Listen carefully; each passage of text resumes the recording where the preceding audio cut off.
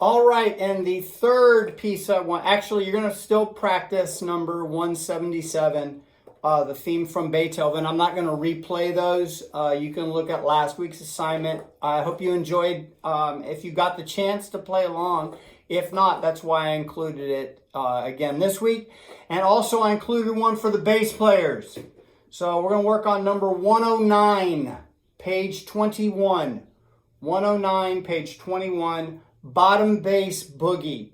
This is a boogie woogie. It is a very early form of the blues coming out of the wood or the piney woods of East Texas. The boogie woogie rhythm simulates or imitates the rhythm that the chopping machines made in the wood mills.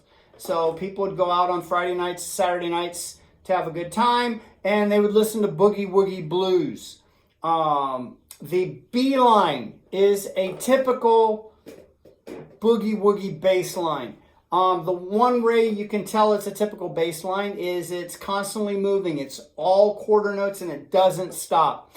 That is not typical for wind players, especially brass players. Usually you have rests and you have periods where you're not playing for a while. This one continues on constant. So that's very typical of a bass. So if we were doing this in class, I would have the bass players play the B line and everyone else play the A line. So right now I'm going to demonstrate the B line. There is a page turn I have to make in the middle of it. It is a blues, so that's a clue. There's blues notes. Blues notes means there are accidentals. In the A line and the B line, you got concert D flat and D natural. It goes back and forth. That's very typical of a blues line. So this is the B line or the bass line.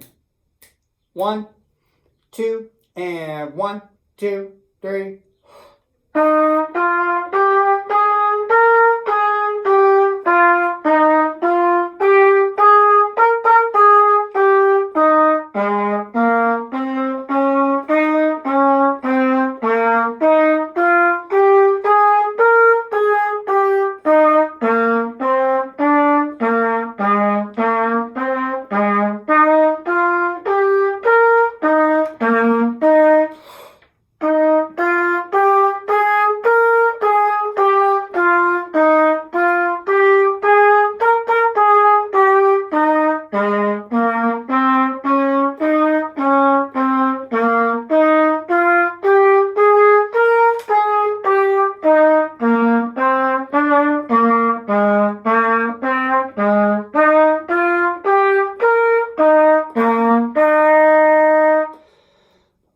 I was channeling my inner bass player. I only took the 2 breaths, the one at the end of the first ending and the one at the very beginning before I started playing. You need to breathe where you can, but you got to keep the time. That's why it's difficult. That's why it's typical for a bass player. They don't have to breathe. They can just keep the rhythm and actually be slightly faster, which would make making it in one breath easier too. All right, A line, here we go. I'm going to play the A line.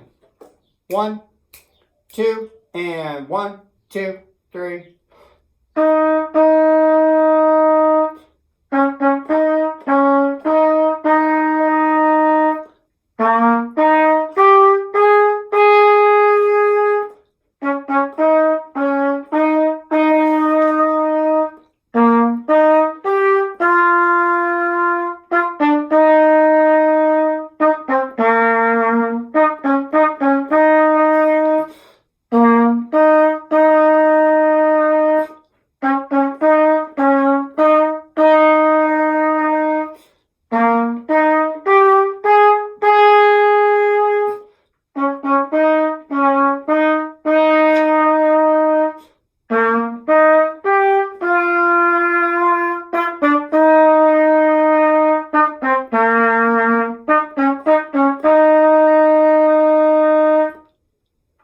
Also, there are accents on the second beat in the first measure, third measure, fifth measure, seventh measure.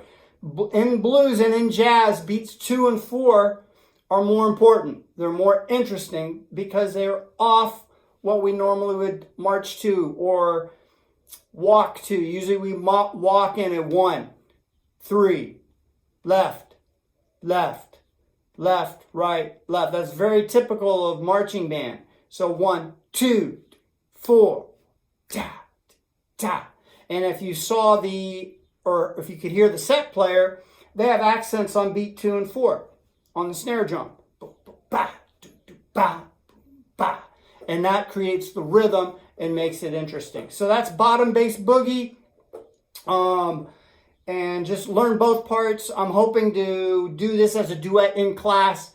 You playing along with the bass. That's the intent. All right. Hope to see you this week.